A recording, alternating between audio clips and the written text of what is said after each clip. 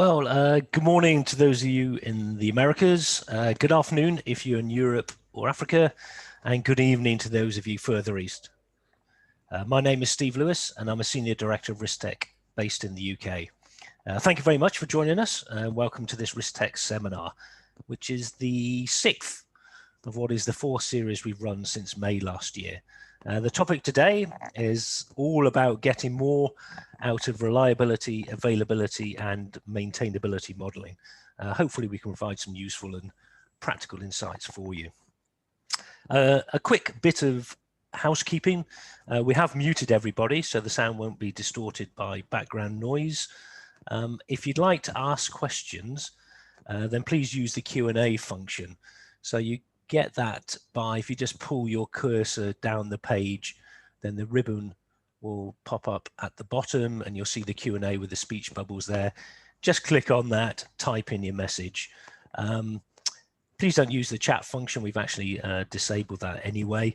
What we'll do then is I'll keep track of the questions and we'll aim to cover as many of them as we can at the end of the session and within the 45 minutes that we've got available today. Okay, now I'd like to briefly introduce RISCTECH. For those of you who don't know us, apologies if you've heard this 101 times before. I'm going to be super quick today. So as RISCTECH, everything we do is focused on risk and safety management in sectors where the impact of loss is high. We are part of the TÜV Rheinland Group, which is a €2 billion provider of testing, inspection and certification services. We provide our services across sort of 5 business lines. So that's consulting, online and classroom training and education, resourcing, so putting associates in place and client locations, industrial inspection, and research and development. Okay, I'd now like to introduce our presenter today, John Wiseman. John's a principal engineer based here in RISCTECH's Warrington office in the UK. He's over 14 years of varied risk management and technical safety engineering experience, and that spans a range of high hazard industries, which include oil and gas, civil nuclear and defence. Okay, over to you, John. Okay, thank you, Steve. And as Steve mentioned, my name is John Wiseman. And firstly, I'd just like to quickly thank you all for participating in this webinar. I hope you find the content useful for your work, and at the very least, I hope you find it interesting. So today I'm going to be talking about reliability, availability and maintainability studies. And this webinar is primarily aimed to answer questions such as when and why we perform RAM studies. So I'm going to cover some of the basic definitions and the performance measures we calculate from a RAM study. And I'm also going to go over a couple of example case studies. And one of the key messages I hope you take away from this presentation is that the RAM study isn't just used to demonstrate an availability target. It actually can become a very powerful asset management tool that can be used to optimize and minimize operational expenditure. And to this end, it's very valuable, especially in the latter stages of design and throughout operations.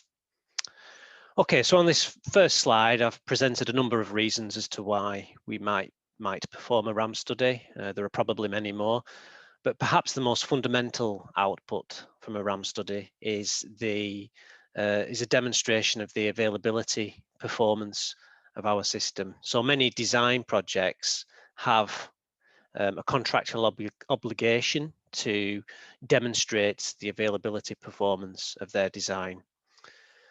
If we then go on to incorporate flow rates and capacities into the RAM model, we are then in a position to be able to assess, to tie this reliability result or this availability result to the production performance of our facility, which ultimately enables us to predict the revenues that could potentially be generated by a facility over its lifetime. So these are the two kind of key performance measures that can be derived from a RAM study. But the RAM study also becomes very useful in the design process in that it can be used to identify weaknesses in the design. And this means identifying problem equipment that contributes most to poor performance of the system, and a reduction in the production throughput through failure of that equipment. In addition, the RAM study can be used to optimize our capital expenditure. So say, for example, we do have a production availability target on our system. We can ensure that that availability target is achieved through use of minimum equipment and minimum redundancy. So in that respect, it can be used to minimize capital expenditure and ensure we don't end up over engineering our system. In addition to the sort of the capital expenditure, the RAM study can then be expanded to optimize our operational expenditure, particularly in terms of development of a spares holding strategy and optimization of our labor and tooling resources. If we incorporate cost in data into the RAM model, it can then also be used to minimize lifetime costs and our production losses. And then as we progress into the operation of a facility, the RAM model can be used to assess alternative design solutions if we're implementing a design change, for example. So when should we perform a RAM study? The answer to this question is relatively straightforward: whenever possible. So at each stage of the design process, the RAM can bring unique benefits. So for example, at the concept stage, we can undertake a high-level RAM analysis, just at equipment item level, for example, to predict the availabilities of different design options. And essentially at this stage, the RAM study is a quick screening exercise used to compare the availability performance of different designs. As we progress into front-end engineering, we can incorporate more data into the model. So for example, at this stage, we may wish to incorporate flow data and equipment capacity data to determine the production throughput of the system and the required level of redundancy that we need to achieve any targets. Progressing into detailed design, we could start to incorporate, we could drill into more detail and incorporate specific failure modes of equipment, and that will ultimately enable us to derive a spares, sparing and a maintenance strategy for the facility if we start delving into the actual contribution of specific equipment failure modes to poor facility performance. And then as we move into operational stage, we can use it to assess design changes, and then into life extension for any major debottlenecking projects, for example, we can use the RAM model to quickly calculate how various potential design options may affect throughput. So so before I go any further, I'm just going to quickly go over some basic definitions in the next few slides. So reliability can be defined as the ability of an item to perform a required function under given conditions for a given time interval. And this is primarily represented by the mean time between failure, or the inverse of that, the failure rate. And the curve I've shown here, you probably recognize it, is called the bathtub curve, which is called that because of its characteristic shape. And it's often claimed to be a realistic model for how failure rate of a mechanical piece of equipment may vary over time. So for example, in the initial stages of the equipment life, we observe this decreasing failure rates. And failures in this region are primarily due to equipment defects or design errors. And from a customer standpoint, if a piece of equipment fails in this region, it's generally unacceptable. Once we've exited the infant mortality stage, we enter this random failure stage where all failures are purely chance failures, and the failure rate becomes independent of time. As we exit this region, we then enter the end of the life of the piece of equipment effectively, and this wear out phase. And this phase is just a fact of operation of mechanical equipment. They suffer from fatigue, and we observe this increase in failure rate during this stage. So the overall bathtub curve can be considered a combination of the infant mortality, decreasing failure rate, this random failure rate, or the constant failure rate, and then the increasing failure rate associated with wear out. One thing I'd like to point out is it's very rare that we have sufficient data, unless a specific monitoring program is implemented, that to incorporate this varying failure rate into our RAM model. And most, for example, most publicly available databases, a reader, for example, only provide a single failure rate figure, and that's because that data is within the random failure rate portion, and it's assumed that the equipment is repaired or refurbished before it wears out. The next main input into our study is the maintainability, and that can be defined as the ability of an item under given conditions of use to be restored to a state in which it can perform a required function. And this is represented in the RAM model by the mean time to repair. And here I've just illustrated how this can be broken down into 4 stages.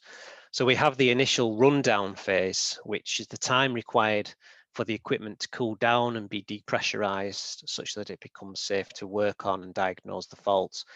We then enter the mobilization and preparation phase, which is effectively the time required to bring the necessary resources together to perform the maintenance. So this might be around required spares and the crew, the maintenance crew. Once we've got everything together, we can then go on to perform our active maintenance, which is the time required to perform the repair on the equipment. Once it's repaired, we can then enter test and start up and get the equipment back to its fully functioning state. So the mean time to repair is the sum of all these stages. One point worth noting about mean time to repair is it is very site-specific data, and it's dependent, for example, on the location of the facility, with some remote facilities experiencing longer mobilization and preparation times, for example. And then finally, I suppose the first result we can derive from our RAM model is the availability, which can be defined as the ability of an item to be in a state to perform a required function under given conditions at a given instance in time, or in average over a given time interval. And it's effectively the uptime divided by the total time. And what I'm illustrating here on the right is this is 3 different sort of profiles of a facility that all end up with the same availability result. But this profile on the top is far more desirable simply because it experiences a lower frequency of failure. And because of that, it's much cheaper to operate, particularly in terms of maintenance. So it's important not just to look at the overall availability result, which for these 3 examples is the same, but also to understand the underlying reliability results for our facility. So availability, as I have just defined there, is primarily a time-based parameter in which a system is either up or down for a certain amount of time. However, in reality, many production facilities have intermediate production rates. And what we can see here for an example system is the output profile of a facility over the course of a year. And we can see there are these intermediate levels of production where we've got, for example, here just above 60, and then it goes back up to full production again. So the RAM model is able to simulate this. If we incorporate flow rates and equipment capacity data into the model, the RAM model is able to simulate this output and derive our mean output, if you like, over the course of a year. And understanding this sort of availability of these lower production rates enables us to estimate more accurately the revenue that could be generated by a system. The main parameter we calculate to assess the flow performance of a facility is something called production availability. And this can be defined as the ratio of production to planned production, or any other reference level over a specified period of time. And what this graph here is illustrating is it's basically the production on an annual basis. So each bar represents a year, and we can see so for example, we can see the production output dropping, which is due to the reservoirs. So this is for a upstream gas facility. We can see the reservoirs depleting and therefore the output dropping off. But every so often, as additional wells are brought online, we can see the output increasing. And each bar, the blue represents the production output and the red represents the production loss. And that loss is due to the predicted loss due to equipment failures. And then the green line represents the production availability of the facility. So we can see that when flow information is introduced into the RAM model, we can start to see the benefits of the study, not just from a simple up or down availability perspective, but also from a production throughput, and ultimately this can link to the revenues that we can generate from a facility.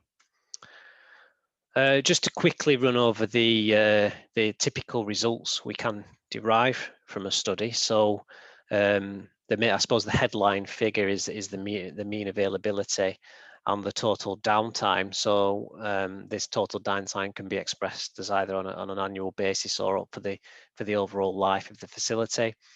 We can also predict the number of failures of the facility, and as if we incorporate flow and capacity information, we can assess the production availability. Incorporation of cost data means we can then also assess life cycle costs. One of the more important results we can derive from the RAM model is this contribution of different equipment to loss of production or other indicators. So for example, we can derive the equipment that contributes most. We can determine the equipment that contributes most to loss of capacity or loss of throughput.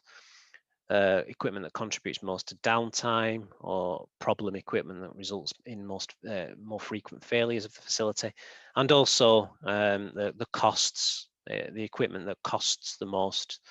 And this data is very important because it enables us to focus in on the problem equipment. Okay, so in terms of the overall process we go through, we first define our inputs, and from that we can develop the asset or RAM simulation model. And if we are performing a production availability study, we can then go on to assess forecast revenue and production losses over the facility lifetime. So for an example study here, the production availability was assessed to be 97.5 on average over the lifetime of the facility, and this is actually was equivalent to a production loss of 5 million standard cubic feet of gas per day.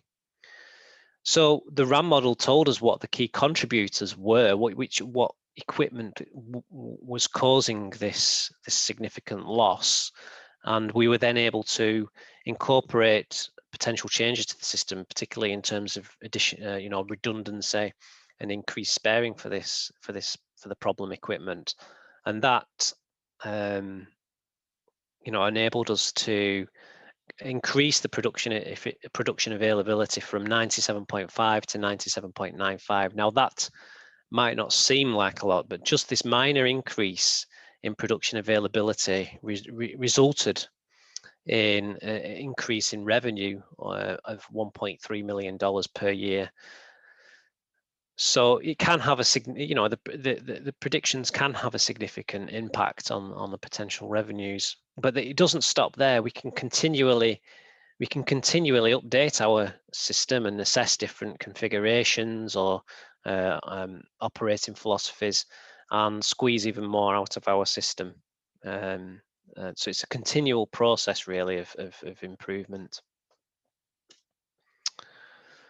Another very useful benefit of a RAM study is for spares optimization. So unfortunately, this feature of a RAM study is relatively unused, And I think it's primarily due to the focus on the headline figure, which is, the availability results and our contractual obligation to achieve an availability results. But yeah, so the RAM simulation can be used to help us optimize our spares. And as we know, when equipment fails and the required spare part isn't available, we can, days and weeks of lost production can be financially devastating for an operator. So the solution to this isn't just by storing lots of spares on site, because money spent on spares is money locked away in stock. And then in addition to that, there's also the costs of spare storage, which can amount to 20 to 30% of the original inventory value. And that cost is to sort of maintain the stock and also ensure suitable storage conditions of ventilation and humidity levels are maintained, so the spares don't degrade.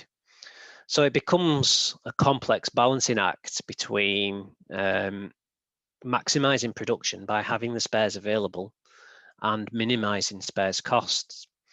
But this balancing act is easily solved through the RAM simulation.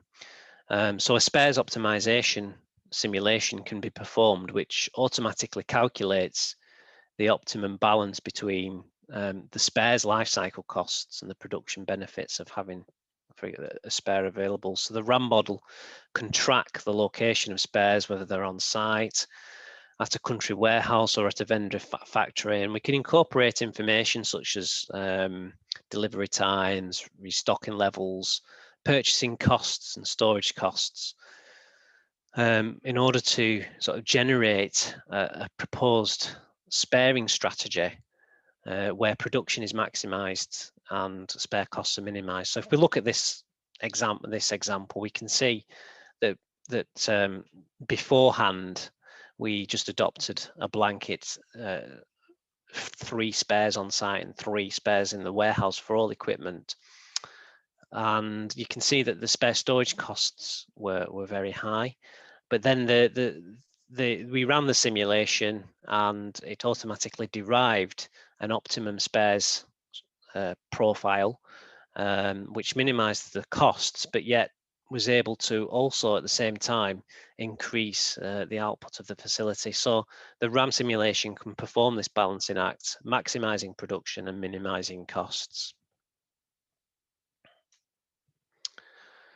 One thing I'd also like to point out is that any proposed improvements that arise from a RAM study must also be assessed to determine the impact on safety. So for example, if in the RAM study, to achieve the availability, we need to incorporate more redundancy, that means more equipment and therefore there's more potential for leak. Similarly, increase it to improve the reliability of our equipment. We may incorporate more planned maintenance, but that means more occupancy around the equipment and more exposure to the hazards. And then, more production typically means a higher flow rate, but with that, we can, if there's a loss of containment, the consequences will be larger. So so that you can see that the production performance and the safety performance often have competing targets. So it's a balanced solution, and the reliability engineer must work closely with the risk assessor to achieve this balanced solution. Okay, so on this final slide, I'd just like to summarize some of the key messages I hope you've received during this presentation, and go over the main benefits of a RAM study. So once we've developed a simulation model, it can give us very quick results to assess the effect of design changes, for example, or maintenance strategies. And by optimizing these decisions right at the start through use of the RAM simulation, we can ensure that the facility is on the right trajectory. And over the course of a facility lifetime, this can lead to huge financial benefits. The RAM study can also help us identify any weaknesses in the design, and from that we can then sort of improve, have a targeted approach to improvement by focusing in on the problem equipment. And then finally, the RAM study removes uncertainty around how a facility will perform. So at the start of a project and throughout the operations, there are many decisions that we need to make, and without a RAM simulation, we can't really be sure how these will affect facility performance. So the RAM simulation is able to answer many of these questions and remove, a lot of uncertainty around how our facility will perform in the future. Okay, so hopefully from those slides, you understand a bit more about RAM studies, as well as the huge benefits that they can bring. I think the key message is basically that once the RAM simulation is built, we have a very powerful tool that can help us make the right decisions over the course of a facility operation. Okay, so that's the end of the presentation. I'd like to thank you for sticking in and listening to that. And now I'd like to answer your questions. It's over to Steve. Excellent. Thank you, John. Yes, we've got plenty of time for questions. So please ask your questions, use the Q&A function. Yeah, really do encourage you to put some questions in there, and let's delve into this a little bit more deeply. Just as we're waiting for those questions to come in, John, as you mentioned quite early on, it's quite common for many organizations to do a RAM study, develop a RAM model, do a RAM study to kind of show that they've that their design or their current facility meets an availability target. I mean, it might be a contractual requirement, for example. But why do you think organizations don't make better use of the same model to actually go on and do some of those things that you talked about, like spares, labor, and tools optimization? Why do you think they don't do that so much? I think it's because the design project is typically contracted out. So it's up to the contractor, the engineering contractor, or any subcontractors they may use to develop the RAM model and derive this availability result, and therefore demonstrate that their design achieves the contractor target. But then it's kind of stops there, and the operators don't seem to really take on the reliability model that has been developed, and it's never really kind of progressed from that design stage into operations. It's a shame, really, because that's when the model can become at its most useful, really, to help with decisions throughout operations. Yeah. Okay. So it's that sort of transition from the design to the operations where it's almost like the information gets lost a bit. Yeah. Okay. Question from Mahmood. What happens if we don't achieve our target improvement plan? So, I mean, I guess there's in the design stage of a project, there's a contracted requirement to achieve an availability result. And if we don't achieve that availability result in the first place, we can then, derive a targeted improvement plan from the reliability model, and ensure we get the most out of our changes for minimal cost. So there's a fundamental requirement, really, to achieve the availability target, and it would really be considered unacceptable, I think, really, to not incorporate those recommendations to achieve the availability result.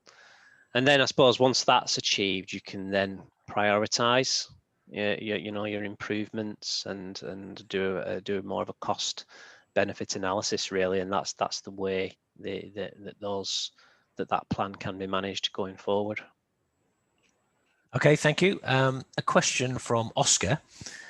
What would be a good resource to obtain mean time between failures and mean time to repair data for equipment items? Well, kind of in the oil and gas industry, the go-to database is ARIDA, the Offshore Reliability Database, and within that we've got, you know, the failure rates for generic equipment, but also for more specific equipment. So that's a good source for your typical oil and gas processing equipment to derive failure rates. And in that, there is also some estimated active repair times. Other databases, you know, the non-electronic parts reliability database is very useful. And the military handbook, and also Exceeder as well. So there's quite a few databases out there. I'd say the ones you know, we kind of go to the most are ARIDA and the non-electronic parts reliability database. Specifically in terms of mean time to repair, I believe that should be, you know, you should work with the operator in deriving realistic estimates for that, and shouldn't really come from a generic database. Yes, actually, I was just going to ask a related question there, John. If you had any comments on any issues associated with using sort of generic industry data straight out of a database, which obviously reflects a wide population and probably quite different uses and the types of equipment, against using specific facility data, I guess, either from a particular operator or it depends. It depends on facility. what the operator's preferences are, really. I mean, in the first place, if they have to have the information recorded, so they have to have recorded for the equipment the downtime, and you know the failures when it's failed as well, and that can enable you to derive site specific reliability and mean time to repair data. However, that kind of information has to be gathered over the course of a lifetime of a facility, and it's not available straight away. You know, we can look to alternative facilities, very similar facilities, and we do that quite often. But more often than not, to benchmark against industry, we do resort to the generic databases, primarily because there's more population behind the data, and therefore there's more certainty. You know, more certainty in the results. You know, certainty in the data in those databases. Okay, thank you. A question from Susan. If we have a RAM completed for that initial availability metric, is the same RAM model then used to optimize spares and the other features of a RAM model? Yes. Thus, it is a smaller incremental cost to do those additional analyses. Yes, absolutely. So I mean, it's a continual process. You start with your high level RAM model, where you basically assess the main equipment items, maybe in feeds, concept and feed stage. But it's, if you continually maintain your RAM model throughout the design and drill more into sort of failure modes and maintainable item reliability, you can go on to develop that very same model into a more useful model, really, as you go into operations. And it's just a case of gathering the data and incorporating the data, and then basically putting it into the model and handing it over to the model to perform that simulation for us. Okay, thank you. A question from Alan. Is it possible or necessary to split out active repair time from downtime? I wouldn't say it's necessary. If the data's provided to us gives us an overall downtime, then that's fine in terms of deriving a simple availability result. However, if we want to understand, what is contributing to that downtime, it is useful to break it down a bit more. And in that case, it is useful to understand, for example, the active repair time and break that out. I guess the only way of understanding what that contribution is just through discussion with the operator, really. So yeah, it's not essential to break it down, but it can be useful if we want to understand what's contributing, what's causing the problems. Hey, thank you. Question from John. Thank you, John. Very well presented. He says, I am interested in hearing more from you about the slide you presented regarding balancing availability and safety. Is this based on real data? It seemed unintuitive to me because I think these are complementary. From a human factors perspective, I expect that the more we know about availability, reliability, optimizing spares, etc., the better we can plan. And with better planning, the better we're able to get the best resources mobilized in a structured manner, which tends to improve safety. So could you please say a little more? Yeah, so I suppose if we're thinking about an existing facility, we may wish to incorporate a more preventative maintenance to improve the reliability of our equipment, or catch it before its failure rate starts increasing. So to do that, that might require more occupancy in and around the equipment, and therefore exposure to the hazards. But yes, I agree. During the design stage, we can, we have more freedom in terms of that, in terms of prioritizing our the problem equipment and planning the maintenance around that. The redundancy element of that, the more equipment that naturally leads to more leak points, and hence a higher release frequency and higher risks. So there is a sort of a correlation there between the level of, for example, the number of redundant trains in a system producing the output, and the loss of containment risk. So yeah, it's not it's not wholesale, but the two, I guess the message I was trying to give across on that slide is that you can't just go ahead and make decisions from the RAM model. You do have to work closely with the safety assessor as well to derive a balanced solution. Okay, thank you. A question from Carmen. What is the minimum level to be taken in account in the RAM model? I wonder if it means the minimum availability, perhaps, to be taken in account in the RAM model. Well, the minimum availability is usually assigned by the operator on a design contractor, or I think the question might be related to equipment item and how the indenture level.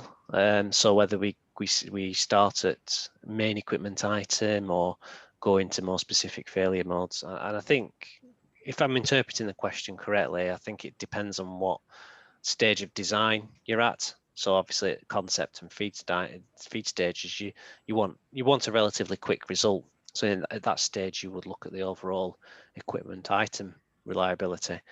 But as you progress into detailed design and operations, you might want to understand more about the problem failure modes and the maintainable items associated with that.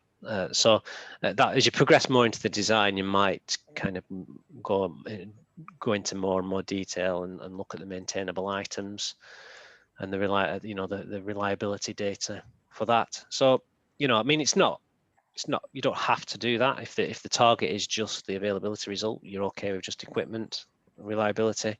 If you want to derive more of a spare strategy, then we do need to drill down into a bit more detail.